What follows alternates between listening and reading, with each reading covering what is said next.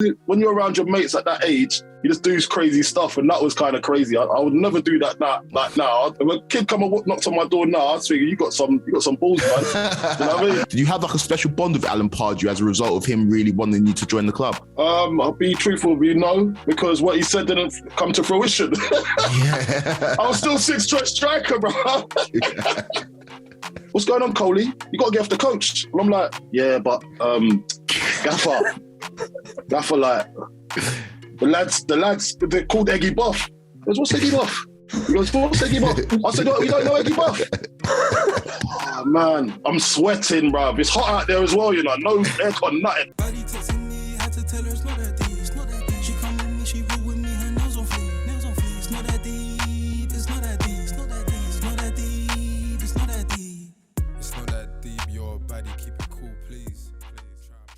Yes, people. Welcome back to the We Talk Football podcast. How you doing, Quakes? I'm not too bad, brother. How are you getting on? Mate, I'm ecstatic. Talking about West Ham legend today. Another West Ham legend, by the way. It's Carlton Cole. How you doing, Carlton? How you doing, Jamie? How you doing, Quakes? You good? I'm all good, man. I'm all good. Happy to have you on. Yeah. Nice one, man. Nice. Thanks for inviting me on, bro. You know what? If you'd have told me 10 years ago that I'd be interviewing Carlton Cole on my podcast, or even 2 years ago, Quaku, I wouldn't have believed you. Life is mad. But well, you're a Hammers fan, so I understand it, man. But I'm just an ordinary geezer, as Steve the Madman says. You know what I mean? It's an ordinary geezer. Yeah. That's why we love you, though, Carlton. That's why the fans love you, mate. You're an ordinary geezer. You're West Ham, you know. Yeah, that's what I'm saying, man. Like, I'm adopted West Ham. Obviously, I started my career at Chelsea, but then obviously when you come to this neck of the woods, it's something in the water, innit? You get converted, so it's just how life goes. So I'm an adopted Hammer fan. Well, like I say, that's how life goes, and I think that's probably the best way to start it in terms of, like I say, you're an adopted West Ham legend, but you started life at Chelsea. I'm a Chelsea fan. I remember you were probably one of the first names in terms of Chelsea academies. Like one of the first names that was ringing off. Like we heard Carlton Cole coming through the academy. Obviously, this is before the money comes in at Cobham. So, like, tell us about what life was like at that Chelsea academy at that time. Oh, mate, it was unbelievable. I used to have a great time with those guys. Obviously, we had ones I used to look up to, John Terry, and then you had obviously Rob Wollaston, and Leon Knight was older, Courtney Pitt. Then you had people like Sam Parkin, who was played in my actual position. And he actually caught quite tall because I used to watch him. I used to watch Sam Parker. I didn't start as a striker when I first went to Chelsea. I was actually a centre midfielder. Then I actually played at the back as well. So I was a centre midfielder. I played at the back too when I first got trialled for Chelsea. Then I got in, and then about a year later, then I started playing up front. When they noticed that I could, because I was a goal scoring midfielder, but they knew that I liked to go forward, but I just couldn't get back. so they thought, you know what, we just leave him up there. He's good enough to stay in the team, so we just leave him up there because he gets goals. And in terms of that as well, like you said, you named quite a few names that are familiar to football fans. And that was before, like I said, the money came into Chelsea, and a lot changed. I think you started in Chelsea's youth team. Was it 2001 with you in the youth team? Yeah. So I was in the youth team with like Robert Hoof, some names are Lenny Pidgley. Then you had other like Ryan Stevenson's, like people that wouldn't really know Ryan Stevenson, but he's known up in Scotland. Stephen Watt, he does non-league managing now, and Andy Ross is still at Chelsea actually. Andy Ross, he's part of the academy over there. I think he's under 18s coach now. So, but yeah. Then you had the local lads that were in the first team and in and around it. When I used to look, because I grew up in Brentford, next to Griffin Park. I grew up on the estate just on behind there, and we had our most famous player we had there was a guy called Jimmy Agre. Jimmy Agre was unbelievable. There's a documentary about the Chelsea youth back in the day. I don't know if you ever seen it, Quicks. And there was like Jody Morris on there. And there was like just some old school Paul Nichols, old school players from back in the day. I believe Sam Parker was probably on there as well. Probably John Terry when he was really, really young was on there. So when you look at these players, and I was looking up, obviously I was at school at the time, I was thinking, I just want to be like those boys. And it was an amazing pass. So yeah, I grew up around the Brentford area. And then all of that was just all a lesson for me, because I remember I was actually, because I'm the West Ham under-16 coach. And then like now I went back to Chelsea the other day over at Cobham, and I saw like there's some old faces there still. The guy that used to pick me up from my house, because I was always late. He used to come to my house. He used to pick me down at the McDonald's in Brentford, right on the corner. It used to be called, a pub used to be there before that. It was called a Red Lion pub, but then it changed into McDonald's. But I used to go and meet now the academy manager. He's now the academy manager. He's brought in loads of like all the youth from over the years. He's brought them all through now. But he used to have to come to knock on my door because I was sleeping at the time he was supposed to pick me up and that. So he was just reminding me the other day. Then you got Jim Fraser that's over there. He's like the main guy over there that brings all the talent in. And so I just chop it up with them. Those guys are my homeboys, you know what I mean? They're my home guys that know me for who I am really, and at the start. So it was a pleasure to go over there to see all them all. Like a number of players over the last 20 years or so, you've obviously come through the Chelsea Academy and as a result had to go on quite a few loans before finding a home in West Ham. Yeah. When did you, let's take it back. When did you first realise that you had an opportunity to make it in the pro game? It didn't quite dawn on me until I actually made first team.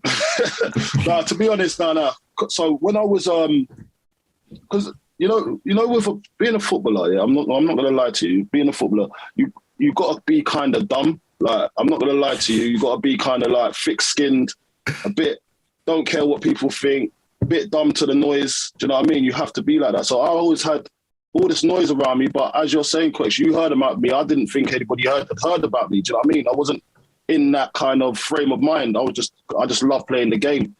And I was at school. I used to take they used to do day release. So when you have day release, you go and train with the youth team. So they're like 2 or 3 years older than you, but I was always training with the youth team. So I was always training and playing with people that are older than me. And that's how I got to know all the older lot in the game. And still to this day, they still look at me like a youth. Do you know what I mean? And but it isn't like that. It's like when you're hanging around these people, and then when you get into the building. So when you've done the day release, you're in the building and you're having to wash boots like everybody, clean the changing rooms. Then you train, and then you just get a little bit of education there as well. And that was all eye-opening for me. I was like, this is work experience. It's brilliant. I love it. I'm better than be at school. Do you know what I mean? So when I was feeling like that, I didn't realise the magnitude of what I was actually doing. Like, I was just there to kick ball, basically, and then be around. And I've trained with the first team. People don't probably know this. I trained with the first team about 15, 16 years old. Do you know what I mean? Because I didn't actually realise I was training with the first team. Like, I was training with the reserves because it was reserves. I was training with some of the reserves back then. Do you know what I mean? And they're all first team players. And I was thinking, wow, this is unbelievable. But I wasn't taking it in. I wasn't living in the moment. And this is when I was at school. So when I went back to school, I didn't even tell my mates what I'd done. Like, that is a massive thing. Do you know what I mean? Training with those sort of stars, like, and it was just amazing, like, that I didn't really let it go to my head. And that was probably part of the secret to why I made it. Because if I did, do you know what I mean? I'd have just been in awe of all the things around me, and I wouldn't have been so direct and get into the first team, and then around it by 17, 18, and making my debut at 18, obviously. Wow, that's crazy. And I mean, one of the things you mentioned there has been completely phased out of the game. You know, a 15, 16-year-old in football now is a completely different experience to when you were 15, 16. You mentioned cleaning boots for senior players. Who were some of the players that you had to, look after their boots and make sure they were spick and span kind of thing? Yeah, man. Like, back in the day, I had to clean Dennis Wise's boots. He was the captain of Chelsea, obviously. He was the captain. Yeah. So it's quite an honour to clean the captain's boot. That means you're kind of held in high regard for him to trust you to clean his boot and make sure that it's in tip-top shape. I remember there were some blue high-techs. He used to have high-techs back in the day, yeah, and they were blue and used. He was like one of the first players to see I saw with coloured boots. He had the white pair. I think he had a green pair. He had a blue pair. He had loads of different colours. I was like, wow, this is amazing. I've never seen coloured boots before. These are the times when it wasn't even in fashion. you know what I mean? And Dennis Wise was powering them from back in the day, them days there. And then I cleaned Ruud Hullit's boots as well. Ruud Hullit. I've still got a pair. I think I've still got a pair of his boots in the loft. But they weren't his sponsored boots. I think he used to train in these boots, and I needed boots because I come from a humble background. You know what I mean? And I think they noticed that I needed boots, so he was my size, and he gave me his pair of boots. So I was really thankful for that. And to be fair, these boots, they were the first. I think it was the first. There were some wicked boots like first some Nikes back in the day that when R9 used to wear. Back in the day, they're black and they had a bit of purple on it. From back in the day, man, I forgot what they're called, but they must be up in the loft. But I wore these boots. Yeah, I swear down, it was mad because I just battered these boots, bro. I was wearing them. I should have kept them really and truly and hung them up, but I was battering these boots. Yeah, and I battered them so much I put a hole in them. Do you know what I mean? Did you have to tape them up and you tape them up and stuff? I was still doing that, bro. I didn't care. I was I ain't getting no boots for quite a while, mate. So, yeah, man. It was really, but see, that's why I didn't take all these things in at the time. Do you know what I mean? I should have taken all these things in, but as I said, you got to be a bit dumb to be a footballer to make it sometimes. Because you're supposed to take this sort of stuff in. Imagine you quicks and you got Ruud Hullit's boots and you're a fan in that. You'll be buzzing, wouldn't you? That's what I'm saying. And like the players that you're naming, that's my era of Chelsea in terms of when I really started to love the club. So I'm talking Mario Melchior, Gianfranco Zola, Ivan Johnson, Jimmy Floyd Hasselbank, that kind of golden era where Chelsea first started to become continental with all these different stars. And you're going into the dressing room as a young kid and you're taking it in as if it's normal in terms of dealing and hanging around all these players. Who was the biggest influence in terms of those established stars on your career? Do you know who I used to like when I first got in the first team? It was Mario Melchior. So Mario Melchior was he's a top lad, he's a proper good guy, man. He took me under his wing. John Terry as well, he took me under his wing as well because he knew how it was to transition from the youth team into the first team. So those guys were really influential when I was younger to getting into the first team and staying there because they made me feel at home. Celestine Babayaro as well. So Babayaro is quite a weird one, because I used to go to a school in West London, and I used to walk from Brentford to school and in Chiswick. So that was it was far, but this is what I used to do. Yeah. So I used to walk and then I kind of found out that he lived on the way of my journey. So my mate pointed out his house. He goes, "Oh yeah, Celestine Babayaro play for Chelsea. He plays there, innit?" And I go, "Is it?" I was like, "Rah, that's unbelievable, man. Hey, one day let's go knock on his door, innit?" So one day after school, we saw he was in, right? And we saw some woman at you could look and you could see there was a woman at his doing the washing at the sink. So I go, let's go and knock on his door, see what's happening. I had the nerve to go and knock on his door to go and ask for an autograph, yeah? So I knocked on the door and then the woman answered the door and I said, Celestine Babayaro there. I want to get an autograph. He come to the door, bruv. I was like, "Rah, get me an autograph, everything." I was like, "Rah," I was buzzing. Went home. Then probably under a year later, I'm there training with him. You know what I mean? So it's it's mad how life works. And I always tell him that story as well. I say, "Listen, mate, do you remember me coming to your door?" And he bloody remembers it, man. It was unbelievable. He remembered me coming to his door because there's not many kids that would have the nerve to go and knock on his door to get an autograph. But I was wild. You know what I mean? So I done that, man. So I didn't really, I weren't really bothered by it, but I was like, because when you're around your mates at that age, you just do crazy stuff, and that was kind of crazy. I would never do that now. If a kid come and knocks on my door now, I'd figure you got some balls, man. You know what I mean? Some balls. Would you give him a shirt or something? Would you give him a pair of boots? Say something like that. I was in there. I was in their place before, so I understand it. But man, it was wild that I was actually playing with this guy later on in my life. You need to keep your address very secret, otherwise you're about to have a lot of kids knocking on your front door. How many shirts you got to give? I'm away. Yeah. I'm secluded. I'm out the way, man. All right. Yeah. You didn't have any gates, you know what I mean? So ease of access. You see through the windows, Yeah, exactly. I get you. So yeah, I alluded to it earlier. Obviously, you had a few loan moves before. You know, you did find your home at West Ham, and now you're an adopted West Ham fan. Talk us through the move of, you know, even finding yourself at West Ham. Like, how does that happen? Well, what it was, it's quite a strange one, really, because obviously I'd made my little name by then. I was in the first team. Mourinho obviously came to town. Abramovich came to town, sacked Ranieri. Ranieri had different ideas to what obviously Jose Mourinho came in with. I think I went on loan for a couple of seasons. Then I came back. The first year Abramovich took over, I went on loan. Then the year after that, I went on loan again. And that was when Jose Mourinho took over. And then the year after that, that's when I returned. And then we won the league. And he'd won the league the year before as well.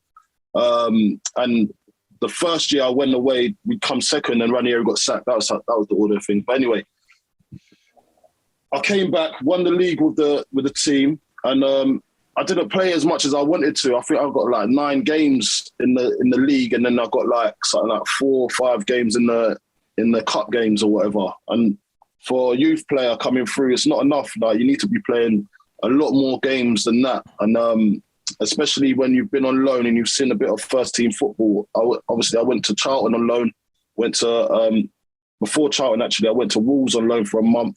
Then I went to Charlton. Then I went to Aston Villa. So I'd been around first teams already. So I was thinking, I can't come back and then just sit on the bench again. It's going to regress. I'll regress with my career. So I needed to get out. So Martin Jol was the manager of at the time, he was Spurs, yeah. He was the manager of Spurs and he loved me from way back. He always wanted to work with me and he felt that he could get the best out of me. So he'd inquired about me and then I was like, you know what, I'll go there. And the thing about it, when someone shows interest to you as a youth player, said, listen, you're going to come and play in my team. I spoke to him, said, just come and do the medical and then we get everything sorted. So I went and done the medical. As I was doing the medical, I got a phone call from Eugene. And Eugene's actually the right-hand man of Roman Abramovich. And he asked me, listen, I heard you've done it today. Words got back to the club saying I've done my medical, but they've said I could leave. But anywhere I find suitable. So obviously Spurs is in London, not too far. I could still stay at home, live at home and just commute. So I was like, that's the place for me. And so done the medical. And then that's when that medical was when I found out I'd done something to my knee. So my knee was actually not in a good place at that time. But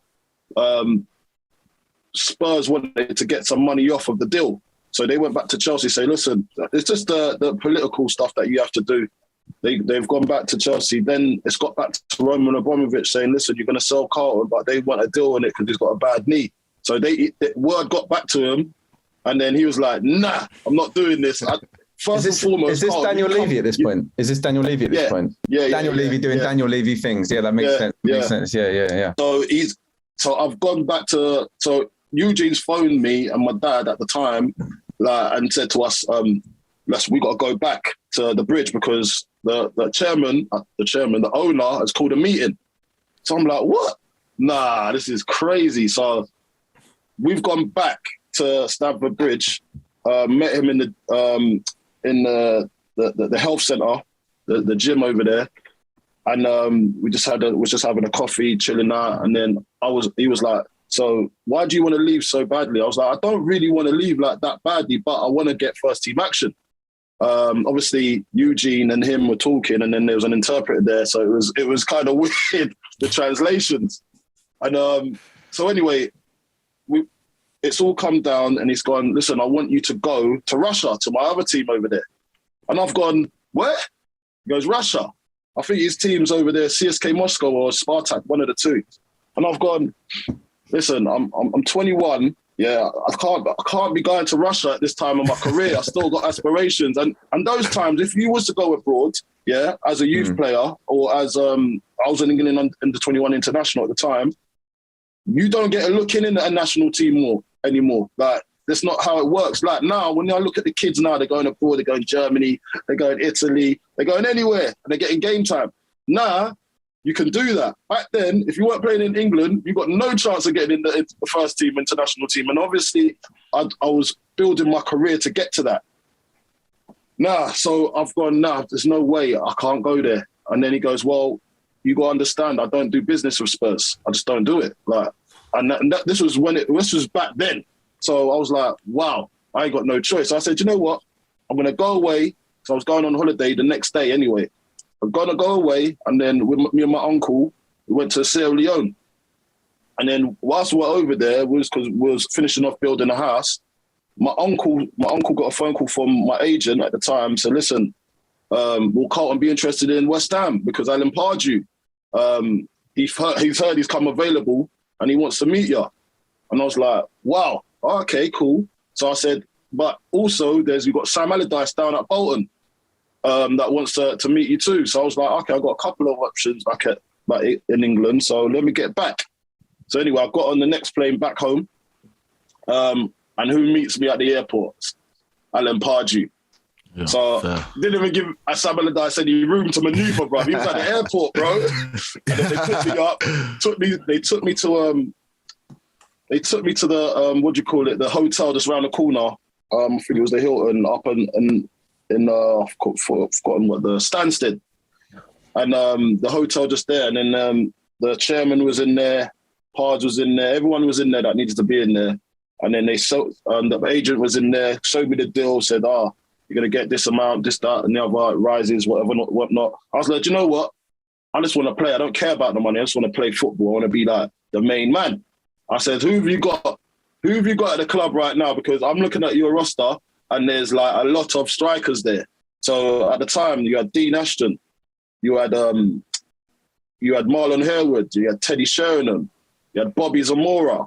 And then that's a lot of strikers. They're ballers. He said to me, no disrespect to the other boys, I love them to bits, but as me coming from Chelsea coming in, he says, listen, you're going to play, you're going to play like I think the world of you. We're probably going to move on a couple of the boys, so it makes room anyway. But we need to get you done first because like it will shove them out anyway. Like that's how you kind of painted it to me. And I was like, nah, this is crazy. But you know what? You've come to the airport here. I'm coming. Yeah, do you know what I mean? That shows that you want me. So there's some truth and element of truth in what you're saying. So I said, you know what? I'll sign. So I signed there and then, and that was it. I signed, got it done, but got to know the lads a little bit more at the club. No one was moving, by the way. There was no striker moving. I thought everyone was moving. So I was the fifth striker. Then transfer window, I think it was right at the end of the transfer window. Who do we go and sign? Carlos Tevez and Mascherano. Oh, my goodness. So now I'm here, I'm thinking, I'm not going to play this year. I'm better off at Chelsea where I was like number 4, number 4 or 5. Now I go back to coming out to West Ham. I'm like 6th choice now. Like this is mad. Like how is this happening? So it was kind of crazy that whole process, but and then obviously everyone knows what happened that year. We didn't do too well. We was fighting relegation. It was the Great Escape year. So yeah, it was quite a weird season. In terms of that as well, briefly, you talk about Alan Pardew coming to meet you at the airport. That's old school. And I think now in football, you don't really see that. Obviously, you touched on before in terms of cleaning footballers' boots. Alan Pardew come to meet you at the airport. These days, it's all done through an intermediary. It's all done through a director of football. And there's not really that personal relationship in regards to players and managers and signing for a manager that really believes in you. You said that was probably the key for you signing for West Ham. Did you have like a special bond with Alan Pardew as a result of him really wanting you to join the club? I'll be truthful with you, no. Because what he said didn't come to fruition. Yeah. I was still 6th choice striker, bro. Yeah. So he lied to me. So obviously I'm going to feel away. Anyway, but he only got halfway through the season and then Alan Curbishley came in. So I didn't really get to bond with him in the end, even if I wanted to. But I knew that he had a rapport with a lot of the players. But the way he left it with me, it was like I felt a little bit lied to at the times, like because obviously it didn't go as planned as the way he said it. And obviously, it's probably certain times it's nothing of his doing, but he just wasn't truthful with certain things where I could have actually probably gone elsewhere and played a lot more than I did until the time I started playing. Yeah. Well, you spoke about it a few moments ago. Obviously, at the time you were signing for West Ham, you were an England under-21 international at this time. I've heard numerous stories about that squad, numerous pranks where it was the last person to get off the coach, or it was the last person to get off the Eggy pranks. Boff. Yeah, Eggy Boff. Eggy Boff. Tell us about Eggy Boff. I need to hear another perspective on this. Okay, so, mate, do you want to hear this whole story or what? Yeah, the whole story. We've got time. I never knew about Eggy Boff. Like, I didn't know until I went away with England under 21s. And I think we was in Sardinia. And this is my first trip away with the England to under 21. So I was like, wow, this is going to be amazing. I think we're playing Italy over there. And so I knew the people that were there because I'd played England under 19s with a few of the lads, you know what I mean? And I knew Jermaine Defoe from just being Jermaine. And I knew Jermaine Pennant, who was in the squad, Peter Crouch. I knew most of the lads. Gareth Barry, I knew from, obviously, when I was at Villa. So I knew these boys, you know what I mean? And the thing about it, like, when they said about this Eggy Boff game, I didn't really get it. I was like, what does this mean? What's Eggy Boff mean? What was it? He goes, so you've got to stay, you got the first person to do something or the first person to adhere to something will be called Eggy Boff for the rest of the trip. And you don't want that name, Eggy Boff. No, you can't be, and then you got to make like the coffees, the teas. You're just a Joey, man. You're the butler. You know what I mean? So you don't want to be known as a lick arse, basically. So you'll be basically a lick arse, yeah? So what happened there was on the coach, and I'm amateur, innit? I'm so thick. I sit at the front of the coach, innit? Like flipping good school teacher's pet. Like, I'm at the front of the coach, David Platt's in front of me, and then he gets off the coach, like, because we're about to go and train, innit? My first training session, bruv, I'm at the front of the coach, he's in front of me, and then I've got, whoever got next to me, I think I've got Gareth Barry next to me. He's a good lad, you know what I mean? He's a professional. So I'm next to him, I'm thinking he'll influence me in the right way, so he'll show me the ropes. So that's why I hung around Gareth. But then you got the bad influences at the back. You got like Peter Crouch, yeah. You got like Jermaine Defoe, Jermaine Pennant, all those boys. Even Jermaine Jennings was over there. Those boys were a little bit crazy. But I stayed away from them because I knew the type. You know what I mean? Shaw Wright Phillips was there. All these boys, big boys, innit? And then like was there chilling. And then they've gone. No, I think it's Crouch at the back of the bus has gone. Eggy Boff, first one to leave the coach. And I've gone, Gad, what is he talking about? What do you mean Eggy? What's Eggy Boff? He goes, listen, mate, first one off the coach is going to get called Eggy Boff for the rest of this trip. I was like, we're on day one. It's 10-dayer. It's a 10-dayer out here. So I was like, nah. And he goes, if you get off, Coley, trust me, you're going to get called Eggy Boff and the boys are going to be relentless. And because it's your first trip, I suggest you don't, like, because you want to start on a good foot. So I'm like, damn, conundrum. I'm there at the front of the bus, yeah, sweating, yeah. So obviously the gaffer gets off. I'm there with Gaz, and then Gaz moves from me to the back of the bus as well. Yeah, I'm thinking, I'm going back there. I might have to, because where is this? I'm situated. If the gaffer gets back on, yeah, I'm in trouble because he's going to be looking at me. I'm the only one right at the front. So anyway, the gaffer gets on. I'm thinking, nah, this is just my first trip. Like, I'm lucky to be here. Like, what am I doing? Like, so he's looking. He's like, what's going on, lads? What's happening? And until this day, I really think, yeah, he was in on it, I think he was in on it, yeah, because it was just me at the front.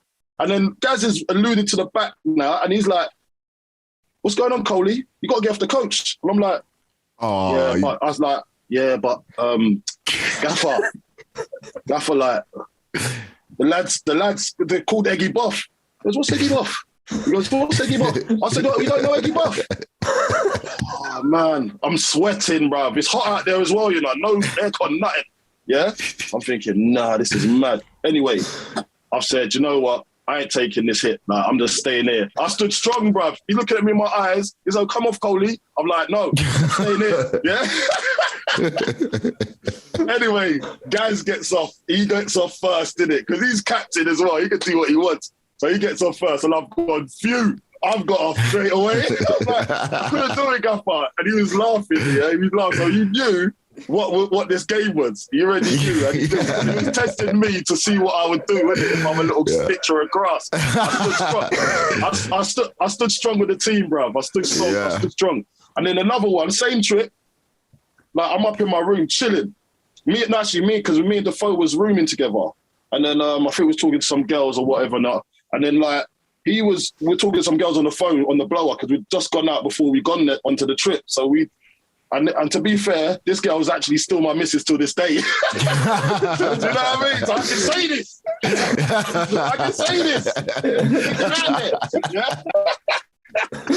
But we're talking to my future missus, and she was talking, and then the actual hotel room phone rang, and I was like, so I picked it up, and it was Jermaine Defoe, and he's gone, Coley, I'm not Jermaine Pennant, sorry. He's gone, Coley, listen, everyone's downstairs. We're meeting by the pool downstairs, and I'm like, oh, is it? All right, cool. So me and JD go downstairs now. We go downstairs, and we're by the pool. I've gone, pool? This is not a bad place to have a meeting. I've never done it like this before.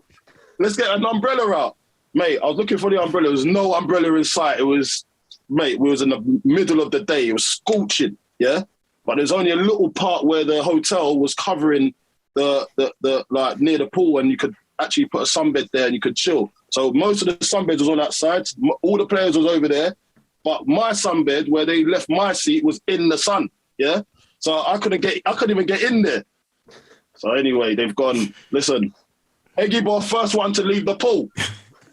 And I've gone, no, I've got sucked in again. So JD, so he knows the script, innit? I'm there just taking it. Like, so I'm in the sun, I'm like, damn, bruv, it's sweltering. Yeah, I'm in there just getting blacker and blacker, bro. Like, and getting darker and darker, bro. Like, I'm like, bro, sweating. I was like, nah. I said, you know what? Nah, it's out of order. I said, fuck you, Eggy Boff, man. I'm going upstairs. I went upstairs, man. But you know what? They didn't even call me Eggy Boff in the end because they just saw I was just. They knew they was picking on me. They was picking on me. I weren't on it, man. I don't like them sort of games. Yeah, bro. So that's that Eggy Boff story, man. I said it properly because I know I've heard Crouchy talk about it a few times on his podcast, and I heard Pennant talk about it as well. Pennant. Yeah. Pennant will always talk about it. He's got loads of games in, but. Yeah, nah. So that was some entertaining times. So those times were really good. It was good. So it's fun memories, man. Who was the gaffer at the time? Who was the 21's gaffer? At the time, it was David Platt, and then after it was Les Reed. Okay. Yeah. All right. And what were they like as managers in terms of like the influence in your career? Well, you had David Platt. He didn't really say much. He was good, but he didn't really say much. I was just still finding my way. I think after we lost against Turkey in the Euros Championship up at Newcastle, and I think we lost our way. He lost his way a little bit. I think he got the sack, and then I think Les came in and took over from him. And then, yeah, that was an interesting time as well because he actually made me captain at one stage as well, Les. So, yeah, I had a good time there. I had a good time with the England regime. I really liked Les. He put me on my path. He was really confident in me. And I always say that he always reminds me of a little bit like when I was playing England under 21, it reminds me of like in Nketiah now.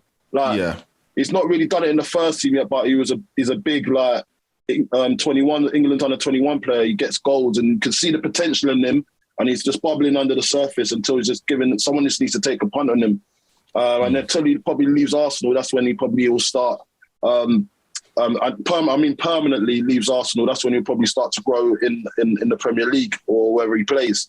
So I always look at my career, and if I look now, Nketiah is probably the one that I'd say I resemble not as players, same kind of players, but as in the stages where they are at the moment. So you mentioned obviously there's parallels between you and Eddie Nketiah. Obviously, Eddie Nketiah is struggling for playing time at the moment. You know, he's now running his contract down at Arsenal. What do you think when you look at that situation? Obviously, for yourself, you know, you went on multiple loans. You ended up going to West Ham and finding a new home. What's your piece of advice for someone like Eddie Nketiah?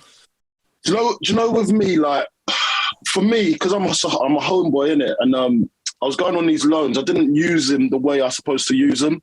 Like, and sometimes when you do go on loans, and I think it's better now, your clubs, back in the day, they used to just send you on loan and not even check up on you. Do you know what I mean? It's like, oh, go sink or swim. Do you know what I mean? And now they've got loan managers that will go to your club, make sure it's the style of football that you have to play. So you make sure that you maximise your opportunity being on that field every minute you make for the team. So it wasn't like that back in the day. Now, what I would suggest for someone like an Nketiah or wants to go and get some playing time, you just got to make sure that you go to the right team. You go to the right team that plays your style. You have to. And not just that as well. If you've got a chance to leave your parent club, if you don't think you're going to get the respect that you deserve, because sometimes that's how it goes at football clubs. The place a youth player comes through at, usually they still treat them like a youth player, even if they're in the first team doing bits. Do you know what I mean? They still treat them like a youth player. And it's quite hard to change that narrative. There's only a few players that probably have done it, like John Terry. Mark Noble's done all right with it as well. I think Saka's doing really well with it as well. It's only when you start getting other teams really interested in you when you change that kind of narrative. Like they're trying to get you to other teams are trying to buy you on big bucks, like 50, 60, 80 million. That's when the club starts to take you seriously. Do you know what I mean? Yeah. So sometimes it's good to go away, go and make a name for yourself, detach yourself from your parent club, and just go and hit it, man, and try your best. And you see a lot of players that probably won't work out with, they'll leave the club. It probably won't work out straight away. It might take them 2 or 3 years to get used to the surroundings, start scoring goals, being a regular. They might even take a dip in form as well, might not even be on the radar of anybody. People might tell them that that's what I'm saying, you've got to be thick-skinned. People might tell them that they're not good enough, but you just got to keep on plugging away, man. You are good enough and you will get there, but it took me, after I left Chelsea, it took me 2-3 years to get the regular status at West Ham to really cement myself, and that was after a load of injuries as well. And then I've ended up getting to the first team and the England first team via that route. Do you know what I mean? So it was. Sometimes you've got to just cut your losses. No, don't think you're regressing. You're not regressing. You're actually further in your career by leaving a big club, as they say, to go on to play regular football at a smaller or a lesser club where you got more chance of playing. There's nothing wrong with that. I feel that's a lot of youth players want to be attached to a big name. You don't need to. You got to go and make your own name and build yourself and build your personality, build who you want to be, build that footballer that you know that you can be inside. And it's really, it's a difficult process to do, but you just got to be brave, man. Bravery is massive. If you're brave in football and you back yourself, you shouldn't have any problems. You might not get the results you want straight away, but taking that it's not, I wouldn't even say it's a gamble. Taking that punt on yourself, you'll be all right. You'll be all right eventually, as long as you believe in yourself and your ability. So I just say, go for it, man. Go for it. You don't always have to be at a big club or your parent club. I know you really want to make it there and be the man you want to be, but sometimes you got to swallow that pride and go elsewhere and go and make a name for yourself. Without a doubt. And like you look at Nketiah, and obviously he's getting a bit more playing time with Arsenal at the back end of this season. But like if you look at someone like Tammy Abraham, who's backed himself, went abroad, obviously attached with Chelsea from the age of 9, grew up in the Cobham Academy. He's gone abroad, he's backed himself. Now he's scoring goals. Now there's a bit more respect on his name. Now for England, for the World Cup in Qatar, Tammy's probably going to be on the plane. Now if he wants to come back to Chelsea, like you say, the perception of him when he was at Chelsea originally might have been, even though he's scoring 15 Premier League goals, it's like, now he's still a youth team member. Yeah. He's still from the youth team, but now he's gone away, scored goals. If he was to ever come back to Chelsea, the respect is different and how they perceive him is different. So in terms of comparing yourself to Nketiah, I can definitely see that pathway. But you talked about you going to West Ham, establishing yourself, and then that kind of leading to you being selected for England. We see the England shirt signed behind you. That's my debut shirt when made in Seville in Spain against Spain. Yeah, so that was a massive shirt for me. That is. Man, talk about that. Talk about being selected for England. We've talked to quite a few pros who've talked about getting selected for their national team is the greatest achievement in their career. You've got your shirt framed, your debut shirt. So talk about being selected for England and making a debut for your national country. Well, my journey to the England national team, as I said, you've seen the path. I didn't get into the national team whilst I was at a big club, Chelsea, massive club, as they say, that was winning everything at that period in time. And I had to go to West Ham, where we're still trying, sometimes fighting relegation. And we're look, for me, when I first went to West Ham, I didn't see the value of what West Ham actually was until I got there. Do you know what I mean? You started to see who West Ham actually are. And I put them via fan base, probably bigger than Chelsea at that stage. Do you know what I mean? Because look, I love Chelsea to bits as well. Don't get me wrong, but when I went and saw what West Ham produced, they got the whole of East London, bro. They got the whole of East London. They haven't got like neighbours, bro. Like there's no neighbours. They're probably Leighton Orient, but there's no neighbours, or Colchester if you go further into Essex. So that pool of fans of you just saw how much it meant to everybody in East London when you do anything good on that pitch, when you do play well, and when you do go and so eventually I bought into the whole culture of being in East London. And there's nothing come close to that I've ever come across. Like I really have been most places, but West Ham was like, do you know what? I could crack it here and make a name for myself and make sure that I play well, and given opportunity and the time on the pitch, I know that I could back myself to do something on this pitch. And when there was injuries, when I went away, when there was injuries, and when Alan Pardew come in, he had to play me. Like, and that's when I started gaining confidence, gaining momentum. I wasn't scoring every week. Like I'm not my type of player. I was never an out goal scorer. I was a target man, bringing others into the play. If you ask any other striker that played alongside me, they know what my worth is to that team, because it gives them freedom to go and score goals and get them. You know what I mean? To get them up. And and when your teammates appreciate in that capacity as well. That's why I was playing regularly, because I'd attract 2 or 3 defenders and create space elsewhere on the pitch. And it helped the team. But only now I think football fans are realising what that type of player actually, what kind of value it holds in the team. Because when he's not there, like when we're not got Antonio up front, although he ain't scored for 10, 15 games, apart from obviously the game against Frankfurt the other day when he scored, people notice when he's not there. Do you know what I mean? So he doesn't have to score goals to be effective in the team. And I use that word, being effective. You can score loads of goals but still not be effective in the team, because it won't. You'll score like 2 or 3 a hat trick, but you'll still lose 5-3. Do you know what I mean? Yeah. And a team of obviously West Ham's level at that time, they needed goals, but they needed also to keep the ball, like and not let it just be waves of attack and putting our defence under pressure. So I knew my value in the team, although I wasn't scoring as much. And only real football people realise what I brought to the team at the time.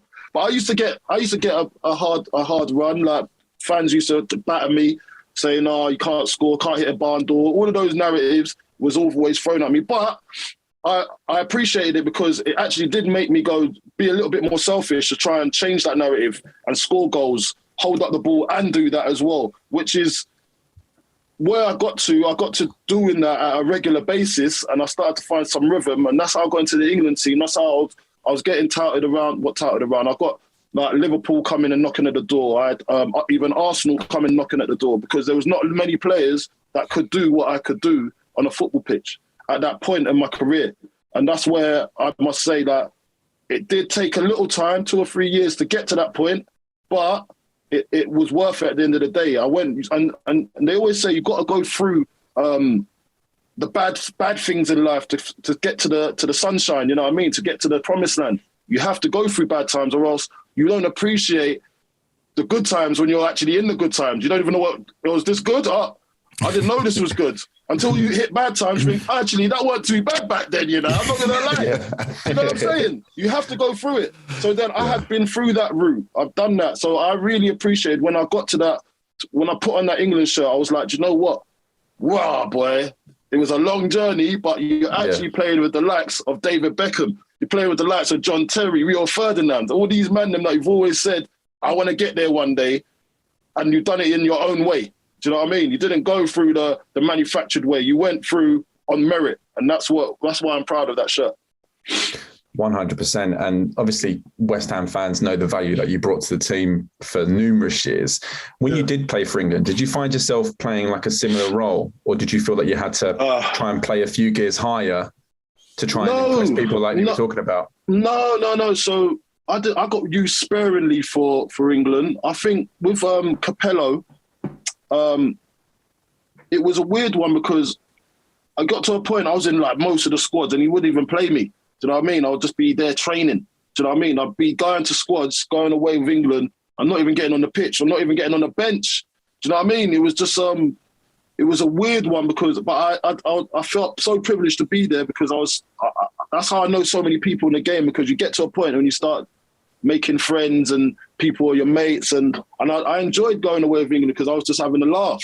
Do you know what I mean? I was actually having a laugh at some point, but I could understand when I've heard some players say, England, that was a golden generation and they should have done more than what they did. Do you know what I mean? And I can understand it because there was too much North v South rivalry in the squads. It was quite weird to witness. And because I'm just a cool guy, I never got involved in it. But I was friends with boys up north, down south, didn't matter to me. I bounced in between the two. But you could see that there still was rivalry when you went to camp. And for me, I felt it was quite obvious, but that was for Capello to address. And if he had addressed it like how you see Gareth Southgate has moulded his team now, I think that team would have gone to done big things. They'd have gone and done big things. But because he didn't address that, and that's why I always say, I feel the national team always should have an English manager because they'll address that. That would be something first and foremost they address because they care. Like, why have we got the best players, but we can't get nothing out of these lot? Do you know what I mean? And you can quite blatantly see there is a kind of divide in the changing room. Like, you can see it blatantly when you go into dinner. We used to sit on a long table. All the Southerners used to sit down this end. All the Northerners used to sit down the other end. That is quite a blatant a thing that you can see with your own eyes. So you just want to kind of try to scupper that. You don't want that to be building in your team if you're going to build a great squad and a World Cup or Euros winning squad. It wouldn't work. So you just need to definitely create a better bond. And that's what Gareth Southgate has done. So when I went to England, I used to love it, but at the same time, I didn't like that part of it. Do you know what I mean? I didn't like the clicks. And everybody who's played in that generation kind of talks about how that was maybe the detriment of that squad, the cliques, and how there was a bit of a divide with the club team players. Before we let you go, we know you have to shoot off. There's a player that West Ham fans have embraced. They loved. He's made this kind of same pilgrimage from Chelsea to West Ham. It's Declan Rice.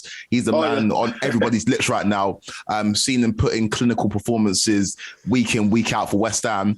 Give us your opinion on Declan Rice, because he's been linked to so many different clubs, and maybe don't talk about the speculation about him maybe leaving West Ham, but just talk about him as a player. And you touched on how important East London was in terms of making you feel a part of the West Ham family. West Ham fans like Jamie, like yourself, have wrapped your arms and hands around Declan Rice, and he's one of your own right now. So talk about Declan Rice and what he means to West Ham right now. Listen, Declan can do no wrong, man. Like, that geezer, he's made out of gold, mate. I tell you, diamond geezer, I should say. He's a diamond geezer. Reason why I say that, because he's such a humble lad. He's always asking questions. He wants to know more. Like, he's done so much already in his short career, but you've got to look at him, and any young player, like gets rejected from somewhere. Like, I got rejected from Brentford. So and then I went on to better things at Chelsea. But he got rejected at Chelsea at an age. He had to leave all his mates and then trotted all the way across East London, and where West Ham almost actually didn't even give him his pro. Do you know what I mean? So it goes to show that you just got to just keep hanging in there. That's why I keep on saying, like, don't give up, man. Like, football is a life it's a life of opinions. Like, I've got my opinion on someone. The academy manager's got an opinion on someone. Another guy's got an opinion. But most and foremost, first and foremost, most of these people need to understand that your opinion's just an opinion. I'm not going to take that again. I'm not going to hold that against you. Okay, cool. I can go elsewhere. I might be valued there. So that's what happened with Dex. He goes elsewhere. He goes to West Ham, gets valued there eventually, because it wasn't an eventually thing. He wasn't the first on to be given a pro. Do you know what I mean? And he got in there in the door, and then he said, you know what? He knows, as I said, he knew the bad times. See, the bad times when you get rejected and you go through that dark phase and that dark moment. He knows now, and that's why he's like how he is. He knew that feeling. He remembers it. And that's what spurs you on. You don't want to go back to that feeling. You always want to stay on the line. And that's why he keeps on going better, getting better, wanting to learn even more. Now he's got to a point where, do you know what? Clubs are coming in for him, man. Like 100 million. He's valued at 150 million at West Ham. That's how much he means to the club. And that's where he knows he's at. So when he's not signing this new contract, West Ham might go and win the Europa League. It's a different conversation next season. Do you know what I mean? You know, offer him now 200k, it might be 250k next season. Do you know what I mean? So he's in every right to reject anything he wants to reject right now, because he's got two years left on his contract. Do you know what I mean? So why would you sign now? Like, it's not a good move. You've seen what happened with Harry Kane. Do you know what I mean? He wants out now, and things happen in football where you just don't know what's around the corner. So you're better off leaving yourself open. You know what I mean? And for Declan, I've got no bad word to say about him. Like, he's done everything in the right way. He's moved with dignity. He's given us some of his best young years. You know what I mean? And the fans love him, and he loves the fans, and you can see that. The only reason he'd go is to go to a Champions League side. Do you know what I mean? And that's fair enough. You can't begrudge him of that. He's at that level. Do you know what I mean? So I always love Declan. I always speak to him. When he speaks to me, or he'll inbox me. He done a celebration for me the other day, like, you know what I mean? Because we had a little bit of banter. He come out of his nice little celebration. So I've always got time for Dex, because he asks me questions whenever he needs some help. And the thing about it, he's so humble to do that, because when you're asking the older pros, we've been there, done it. We know how it feels. Do you know what I mean? So our opinion to him is more valued than just everybody talking in the newspapers or whatever. We'll talk to him. He's got Mark Noble next to him every day, which is the best guy to have next to you, because he's learnt from the best as well, Mark. So it's brilliant for him, man. So he's in the best place to grow and be who he wants to be. And that's why you're seeing the success. I totally agree. And I think as a West Ham fan, I mean, you can't really begrudge him for leaving. If we can't match his ambitions, then you can understand why he'd want to go to a bigger club. I just hope he does go to a bigger club that is going to compete. I don't want to see him going to a Manchester United and, potentially stagnating. I want to see him at a top tier club where he's going to be, fighting for trophies every single season. But honestly, Carlton, we've kept you for so long, and it's been an absolute pleasure from us. You've made a West Ham fan's day. When I tell my dad that I've had you on, he's going to be buzzing, mate. So thank you. Love. Hey, listen, at the end of the day, bro, we're all here. We're all family. I do this for you. You're going to do something for me, Quex. I know you are, definitely. I tell you what, so we do favours. We've got to build each other up. We're out here. We're not on our... Listen, we're not on our own, man. We've got to build each other up as much as we can. If someone's in a position to help, you've got to help, man. Like, and as much as I'm busy, I'll take my time out of my day to help, man, because I like young, aspiring boys they're living their dream, bruv. Living their dream. It's the best thing ever, man. You've got to understand it. And once people grasp this concept that we've got to build each other up for future reference, because I don't know who you're going to be tomorrow. Jamie, I don't know who you're going to be tomorrow. You might be a boss of BBC. I don't know. And I might need your help. So this is why we do favours, bro. It's not about money. It's about relationship. Mate, as soon as I'm boss of BBC, Gary Lineker's out of the job, mate. You're match of the day.